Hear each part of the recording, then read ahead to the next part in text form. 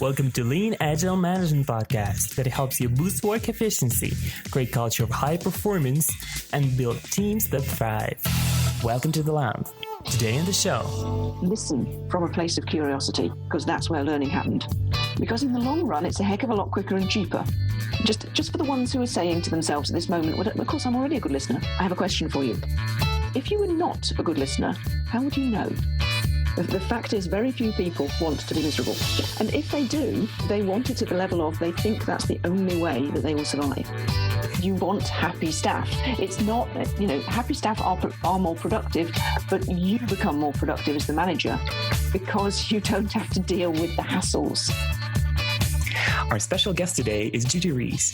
She's a public speaker, trainer, and consultant, as well as a co-author of a best-selling book called Clean Language, Revealing Metaphors and Opening Minds, that teaches you a new way to communicate, which gets to the heart of things. Hi, Judy. Welcome on the show. Hello. Great to be here. So when I first heard about clean language, it was actually on this podcast. Some of our guests started mentioning it, and it got me very curious. But then when I started researching, my curiosity grew into excitement. So I'm really happy we can have this conversation with you today.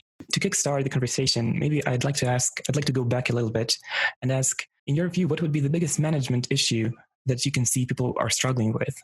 And I am guessing, since you're so tightly related with communication, it might be related. Well, it's interesting. I was thinking about this question because you tipped me off about it ahead of time. And of course, every manager has got a different biggest problem. One of the things that clean language facilitators notice is the difference between individuals. But really, one of the things that is a huge challenge for management generally is the whole move from old-fashioned forms of management to new forms of management, things that are suitable for the really complex environments that we find ourselves in business and in the world generally nowadays. Mm-hmm. You can't make year-long plans and year-long budgets and expect anything to flow in anything like a predictable way. Right. I mean, here in the UK, we think about the Brexit vote, which nobody was expecting.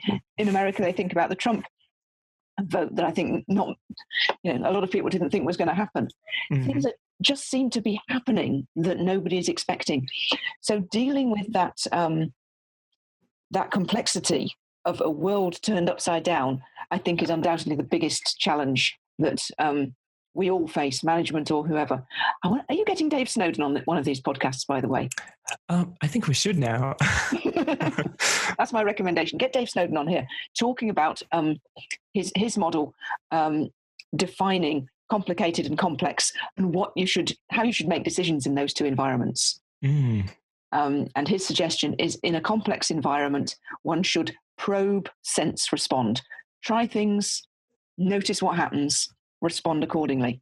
And I think that's a lovely place to start when thinking about clean language. Wow, I love this answer. It sums up a lot of things, but in a very, very pretty package.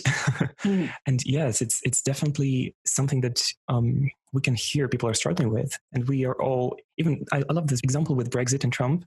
It just shows how sometimes unpredictable the world can be, or how maybe our judgment can be different. But making the connection to clean language itself, can we say, is there something wrong, not only about the way we think, but the way we actually communicate? Because once we have a challenge, we then have to talk it through. And maybe there is a roadblock there already. So clean language connects to what I just said in a whole bunch of different ways, because clean language is, at its essence, a way of thinking about communication and a way of navigating communication, which works particularly well in complex environments. It's not, and one of the things about it is it's not a language. That's worth saying up front. So often when I give talks about clean language, I say what clean language isn't before we start. I'm not talking about not swearing. I'm not talking about speaking clearly. I'm not trying to tell you that there is a language called clean, apart from there's a software language called clean, which I've only ever met one person who used. Wow. So all of that, I'm not talking about that. What I'm talking about is a very specific precision inquiry technique that was devised by a guy called David Grove, who died about 10 years ago. And what he did with it was he was helping his therapy clients to explore their inner thoughts, all that kind of stuff. But what he discovered was that somebody's inner thoughts, I suppose, is the archetypal complex environment. Very unpredictable, lots of different things happening. Things can be disrupted very quickly. And in that environment of someone's inner thoughts, this process of asking questions with great precision to find out what it is that somebody really means by what they're saying, even when they don't know themselves, it turned out to be really, really useful. What we're discovering nowadays is that a whole bunch of other complex situations can also benefit, because all sorts of communication challenges turn up when you're in complex environments. And at one level, interpersonal communication is always complex, beyond the most extraordinarily predictable stuff. Really, any conversation is a matter of probe, sense, respond. But in the kinds of environments we're working in nowadays, there seems to be a greater degree of complexity, a greater potential for misunderstanding, a greater potential for conflict. And that's where clean language comes in. Wow, yeah. It seems like it could be one of the most relevant tools for modern management because, as you mentioned, there are so many variables, and with all the multicultural environment, all the different things, and we all have, apart from everybody thinking differently, we now carry different cultural backgrounds, and that influences how we perceive information.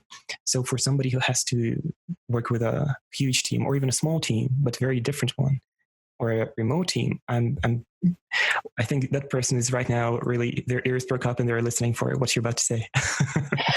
I hope so, because one of the places I found clean language has been most beneficial has been with distributed remote teams. In the world of facilitation and organizational change, which is a world I tend to move in, you get a lot of facilitators who say the only way to sort out communication problems in a remote team is to get everybody together. Well, yes, fine. On two levels. Yes, that's okay if you can do it. An awful lot of organizations, that's not realistic. People. I worked with a large charity based in Geneva with staff in a number of countries, including in Bosnia, in Ghana, and in I've forgotten exactly where in South America. So they were across 3 continents, all sorts of time zones. And it would have been a grave misuse of charity funds to bring their finance team, for that was who I was working with, together in Geneva for a couple of days to sort out the communication things. But also, it would be wrong to do that, because what we needed to sort out was how they communicated when they were distributed.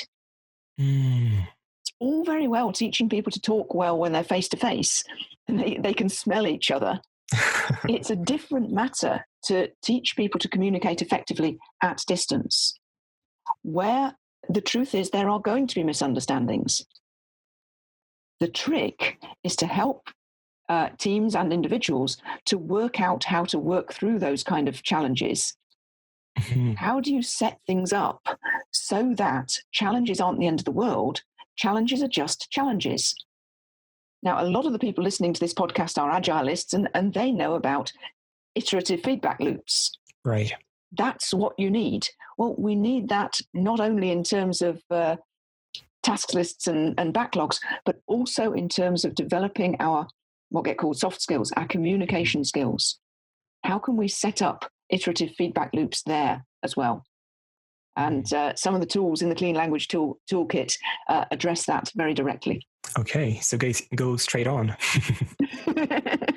Yeah, that might be a challenge for some people, though, don't you think? Because just as we mentioned, some people would be happy. Just, okay, I have a permission to go and say everything I think, which I don't think what you mean here. And on the other side, somebody would think, well, I need to first say 3 good things and then 1 bad and then something else. So how can you respond to such difference? The key is to note, of course, you can go ahead and say everything you think, but that has consequences. And if the point is to start to notice the consequences. The big piece of learning, when I say this out loud, it's going to sound a bit naive and silly, but the impact of this on teams is really profound. The trick is to get people to notice that the other person is not the same as they are. That does sound silly and simplistic at one level. But basically, the way human beings, this is culturally universal, it happens everywhere, the way human beings navigate the world is with a basic internal assumption that other human beings are the same as us. Mm-hmm. That's the evolution. That's the way evolution sorted us out. Therefore, I think, naturally, my tendency will be to think that you are seeing the same world as I am. You experience the world in the same way that I do. When you hear that noise, you make it mean the same thing that I do.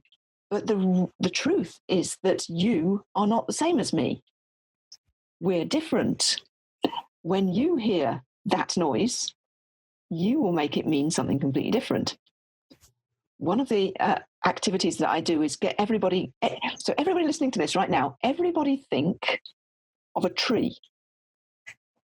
And everybody will, I'll be working with a group and everybody will stick their hand and, they'll say, oh, I'll go, what kind of tree is your tree? And somebody will say an oak tree and somebody will say an ash tree and somebody will say a sycamore tree, different kinds of trees, an apple tree, and so on and so on. And eventually you'll get two people who got the same. Oh, I got an apple tree as well. Mine's the same as his. And then I ask, what kind of apple tree is your apple tree? And the first person will go, well, it's a big old apple tree covered in fruit. Mm-hmm. I'll ask the other one, and his is a big old apple tree covered in fruit. What kind of apple tree is your apple tree? And they might go, well, mine's a single apple tree, quite a small one on a very productive orchard. And as soon as you ask one or two questions about the trees, you discover they're different. Mm. Now, what you end up doing is, whereas previously people have effectively been experiencing the world as a reflection of themselves, it's as if everybody's a mirror to me. And what's annoying when everybody, if you think, if you know that everybody's the same as you are and they are doing something that you would not do, obviously they are wrong and stupid. Yeah, I can see that going very wrong. Yeah. But once people get at quite a profound level that people are not the same as they are, that's when it gets really interesting. Because if the person is not the same as me, well, who the hell are they? You don't know. And that's where clean language comes in, because clean language provides us with some tools to find out who they are and what are the unique features of this specific individual. And what is it that lies behind what they just did that was so annoying? And once you can move, one of my clean language colleagues, Caitlin Walker, her book is called From Contempt to Curiosity. Mm-hmm. And that's her idea. Her idea is that teams need to move from being contemptuous of each other as being stupid people that are obviously doing the wrong thing to being curious about each other, just fascinated about who these amazing people are that I've got the good fortune to be working with. I think that idea of a journey from contempt to curiosity is quite profound. Oh, yes. And it sounds like this could be one thing that turns people from a group of people into a true team that wants to work together, that's passionate about the work they have to do. And maybe for some people who are not as imaginative as us, could we connect it to business examples? So because somebody would say, okay, I don't really want to learn about the other person. Why should I? I mean, they just didn't listen to me. I told them do this and they didn't. I don't care. Why should I learn who they are and what their internal world looks like? What would you respond if somebody said that? Because in the long run, it's a heck of a lot quicker and cheaper than doing it the other way. So a couple of examples that I love. I did an interview a few weeks ago with a guy who runs teams of environmental engineers going out to Antarctica. Mm. And they go out for a season.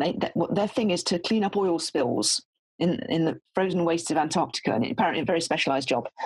Mixture of engineers and researchers go out every summer for a short season.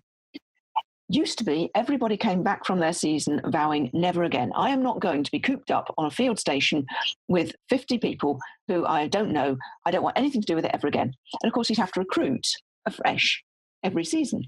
Mm-hmm. Then a couple of years ago, he started doing clean language work with the team before they went out, so that they understood how each other worked at their best and what was necessary for each of them to work at their best. Mm. Now, at the end of the season, he gets people saying, sign me up for next year. Wow. Now, if you think about the cost of recruiting 50 specialists every year, and then that cost goes away, not only does the cost go away, but also you've got a bunch of happy people. Now, happy people are much, much, much easier to manage than stressed ones. So any manager who's listening to this, if you want a quiet life, you want happy staff. It's not, happy staff are more productive, but you become more productive as the manager because you don't have to deal with the hassles. Another friend and colleague, Julie McCracken, uses this stuff with primary age children. And she finds it particularly useful to get the kids sorting their own squabbles out. When children come up to the teacher in the playground going, Miss, he's stolen my ball, or whatever it might be. She will use clean language to get these children to sort out their own disputes. And again, making her life a whole lot easier. Another business example that might be illustrative, but it isn't a business example, it's an educational example. Mm-hmm. It's from, again, it's Caitlin Walker. She was working with a group of students at a single department, the sports science department at Liverpool John Moores University in the UK. They were sort of not particularly inspiring department. Their successes weren't huge. And they used to get, I think it was 48% of their students through the qualification to a reasonable level. Over the 3 years that Caitlin worked with them, that increased to 75%. Wow. Because the groups of students were working together to help each other pass the exams and do what was necessary to get the qualification. One group of 9 students ended up all getting the top grade of exam. Oh, wow. And that kind of result of creating a real learning team, a team where it's inevitable that people learn from their mistakes, people learn from each other, people support each other.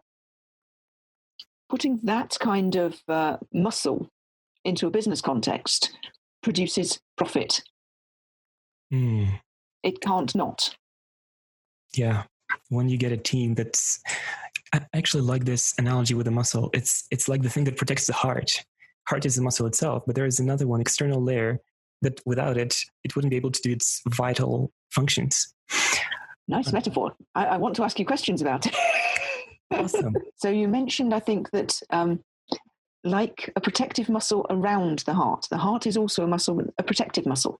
Mm-hmm. Is there anything else about that?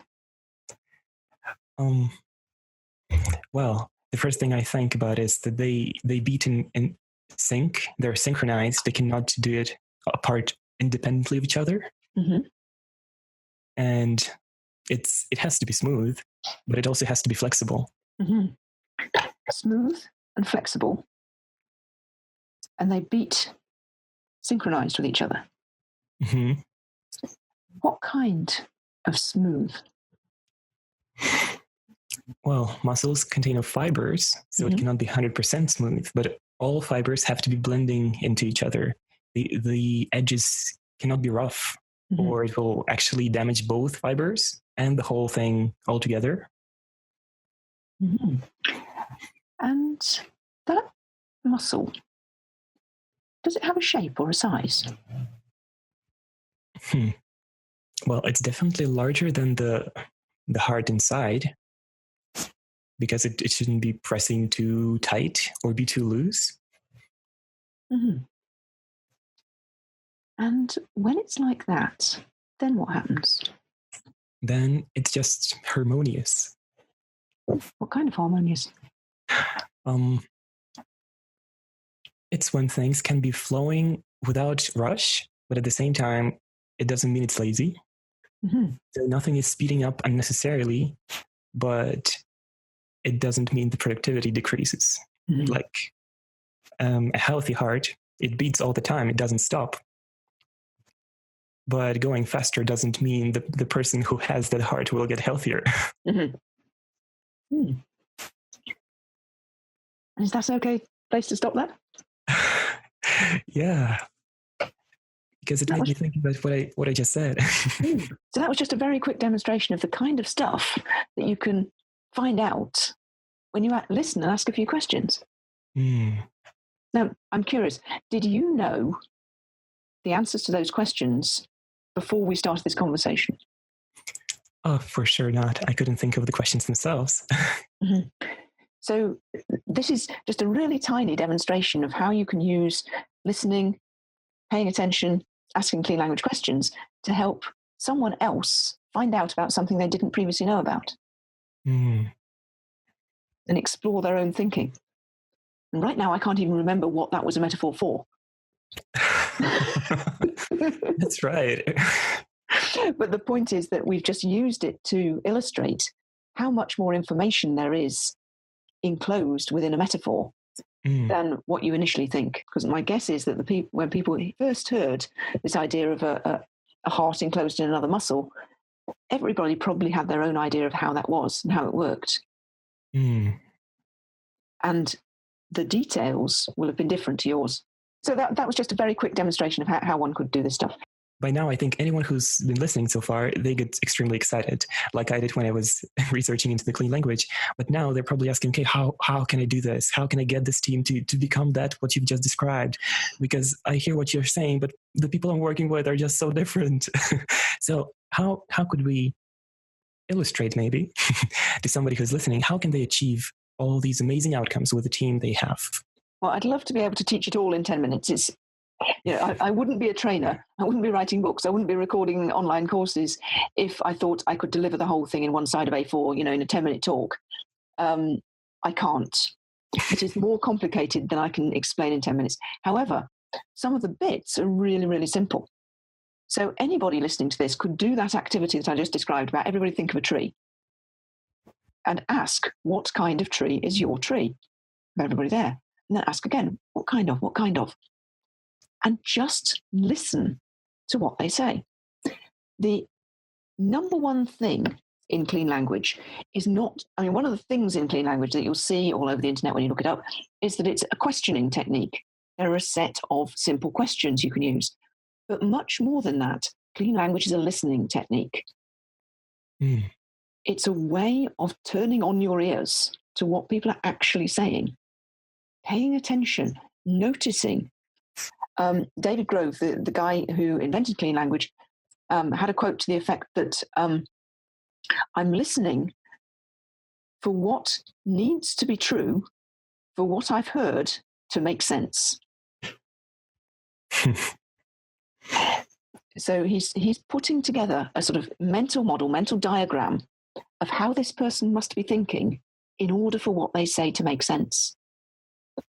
And I think once you as a manager start turning your ears on to that kind of thing, start noticing what kind of ways are they describing their world, and notice when something sounds a bit surprising, a bit unusual. And then don't jump to a conclusion, but ask a question. And the best question, in my opinion, to ask is always, what kind of? And then insert whatever word they just used. So if somebody's just told you it's like a muscle, a protective muscle around the heart, ask, what kind of protective muscle? And find out a little bit more about what they mean. Get yourself into that state of curiosity and non-judgment and notice more. Now, that's that's the core piece of clean language. There are lots, around that. There are questions, there are listening activities, there are little micro models. For example, there's a thing called 1 minute motivation. There's another one called the clean feedback model. They're just little patterns of questioning that can help you direct people's attention in quite specific ways. It's one of the things that really clean language does is direct people's attention. So when you ask a question, you ask it for a purpose. You ask it to find out something new. You ask it to help them find out something new. And when you use it really effectively, they learn stuff, you learn stuff, and the world learns stuff. And the kind of people who are going to be listening to this kind of podcast are in the innovation, in the creative, in the amazing spaces that are changing the world. The kind of people who need to get their hands on these tools are the kind of people who can make the most difference with them. Hmm. Yeah. Sorry, that's a long answer to a short question. But what a beautiful answer. It got me, I just stayed there marveling at it. Yeah, I think it's a wonderful answer. And actually mentioned something that probably caught attention of many people as well, because you've mentioned one of the other elements, which was about feedback. So even though it's probably a whole topic of its own, and I'm sure we could talk for a whole 5 more episodes about just that, could you give us a little teaser of what's inside of that? Well, again, this is an innovation of Caitlin Walker's. And it's a bigger model. There's all sorts of things around it. But the little nugget, the nuggety bit, the most high value piece, which you can include within any other way of giving anybody feedback, firstly, is to separate out the evidence, so what you saw or heard, from the inference, that is the meaning that you made from that. And then you can hang anything else around it.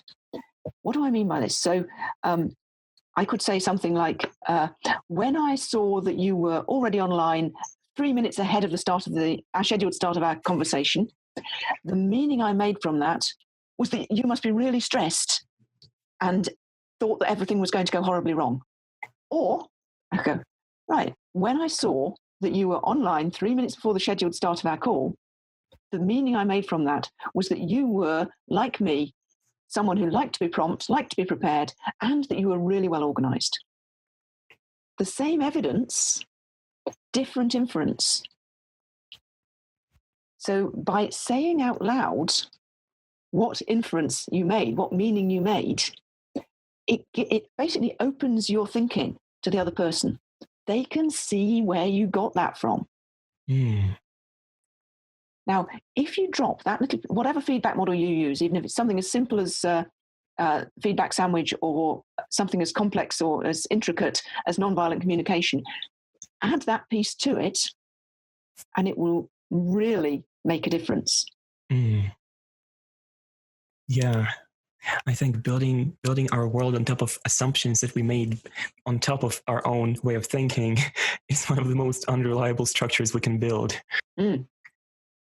I think it would be interesting to put one specific kind of team issue and go from there and think how can it be solved using that. So let's say we have a person on the team who would reject any kind of feedback. They might be on paper part of the team, but they would be acting rebellious. And the team doesn't understand what's happening, and the higher leadership doesn't know what to do. How can somebody start a conversation with a person who is obviously causing trouble to the team? How can they get to productive thing? Because they would say, okay, imagine a tree. And they would say, sorry, no.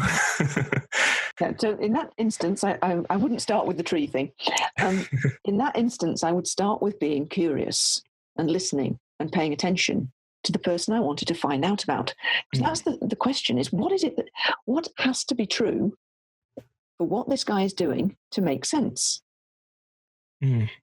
Because the fact that you're thinking, well, he's just being difficult, he's just behaving bizarrely, that means that you don't know what that thing is that will make it make sense. Mm-hmm. Once you know, it will make sense. So what I would recommend is curiosity, and curiosity in abundance. Find out how he sees the world or experiences the world. What is it that's going on for him? And the way I would probably start would be to listen to him. Now, that might just be listening to him, paying attention to what are the words and the metaphors that he's using in relation to his work and to the team and to the relationships. And you might notice that he always refers to the team as them, not us, for example. Right. Now, when he does that, he's not necessarily just doing that to piss you off. It may be that that's how he sees it. And there could be all sorts of explanations for that. I was coaching somebody not long ago who probably was this character, and it gradually emerged that he did not think that he was a member of the team. His understanding of the way the relationship worked was different to that. If he was to draw a diagram of himself and the team, he would have put the team in a circle and himself somewhere different. And that can be a really, really interesting exercise. Literally get a Post-it note and say to all the members of the group, draw yourself and your team. Draw yourself and the team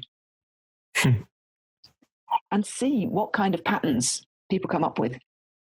Another way of doing it is it's a bit old-fashioned nowadays because people don't have pockets full of change in the way they used to. But a few years ago, I used to always get everybody to get the change out of their pocket and use the coins to represent themselves and the other members of the team. And of course, everybody's diagram would be different. Of course. And you can get and you can get them asking questions about each other's diagrams, whether they're made of coins or just drawn on a Post-it note. Oh, I noticed that you've drawn us over here and yourself over there. How does that work? And look, she's drawn everybody, including you, in one circle. What are you noticing? What sense is everybody making of this?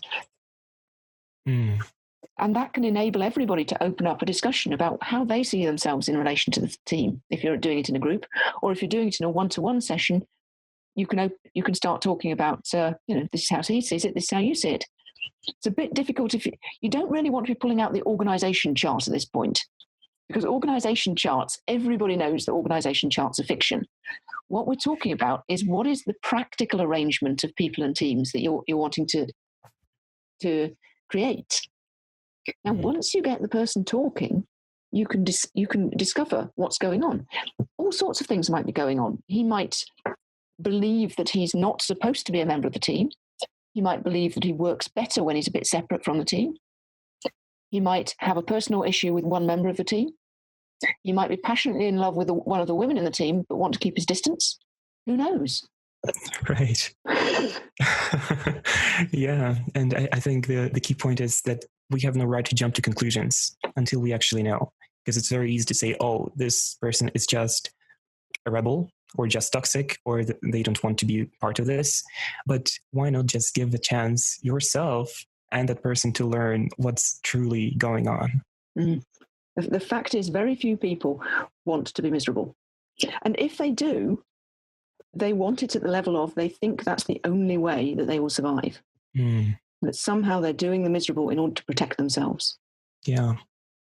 It's simply not the case that there are millions of people running around the teams of this world trying to be difficult. Yeah, after all, we all want the best for ourselves, at least, if not for others. Yeah. So, the key is in learning what exactly is that thing that people are looking for. How do they see themselves happy? I think so. And as we're getting close to the end, unfortunately, of this episode, could I ask, which I think actually you have answered in different ways, but what would be the one single most important piece of advice you could give to people who are thinking about how they communicate, who are thinking about using methods and clean language or this feedback method, all sorts of tools? What would be the most important thing to consider when they think about their communication style? To think about the quality of their listening. Listen from a place of curiosity, because that's where learning happens. One of my favorite quotes is, "A good listener is not only popular everywhere, after a while, he gets to know something."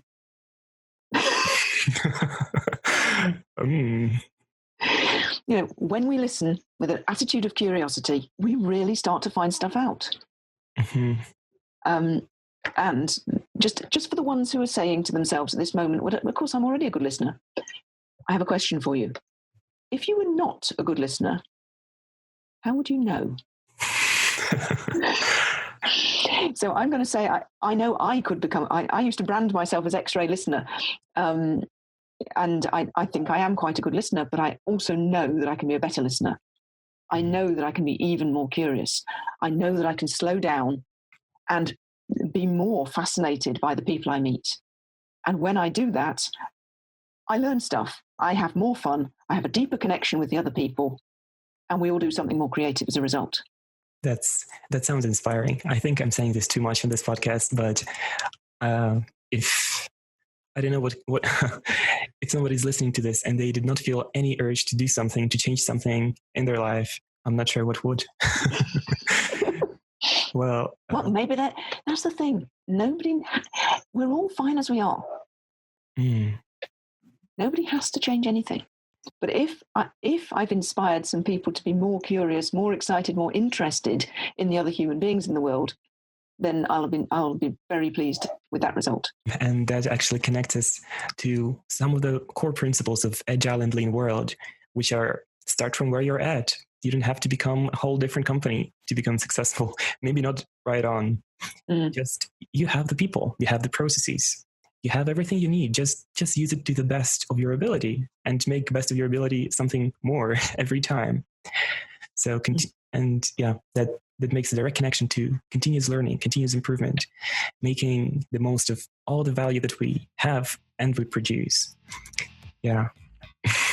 Yeah, I think that's inspiring.